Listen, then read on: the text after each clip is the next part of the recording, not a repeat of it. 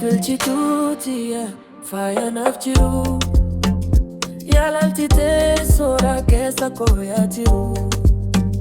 Onneetoo boojitee tambiraa wallaalee sumaatu nan malee gaaddiseetoo kashtii ani suma jallee takkitti akka kuma onneetoo yaakaalii maal jareetiin himaa itti tuudnaaf halaalii mi'ooftu akka dammaa urgooftu tushittoo siif jareetan jiraataanaaf gaaddiyeetoo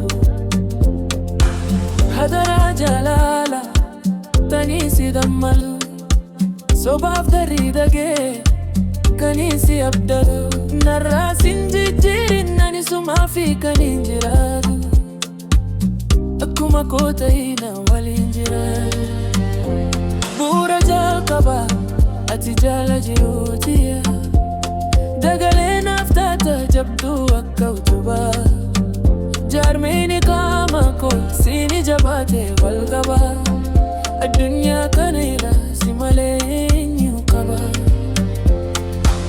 Siitu na boonse tana fiin mataa ol qaba ati naaf qaalida sumaaf hin gaggaba naaf biqii gaaddisee ani sumaan qaba.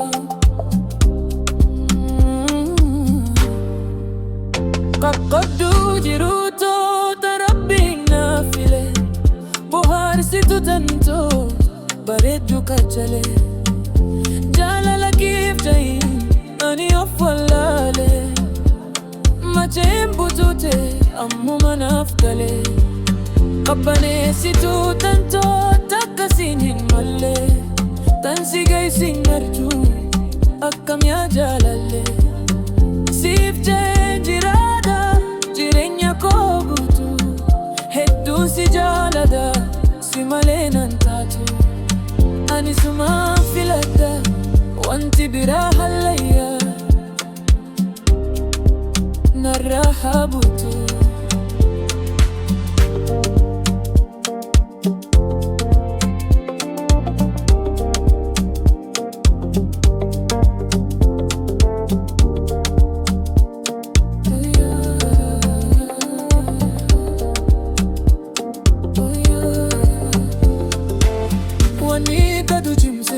Ani rabbii kiyya akka nurraa qabu haasida nafsiyya rakkoo fi gidiraa wannuun tolle mare mara gammachuu fi fayyaa gabimneen hin dhumne nuuf kenni yaa Rabbii arjaa hin rakkanne jaheetiin gaafadha osoo hin ifanne kan kadaatanii irraa hin dabne nuuf taasisa hunda waan nuti hin yanne hamtuu nurraa qabee gaarii isarraa hawwine nu haa gammachiisu onnerraa gaafanne hamaa fi hammataa hundarraa isatti maganfanne isumarraa eeggannaa yoo lubbuun jiraanne.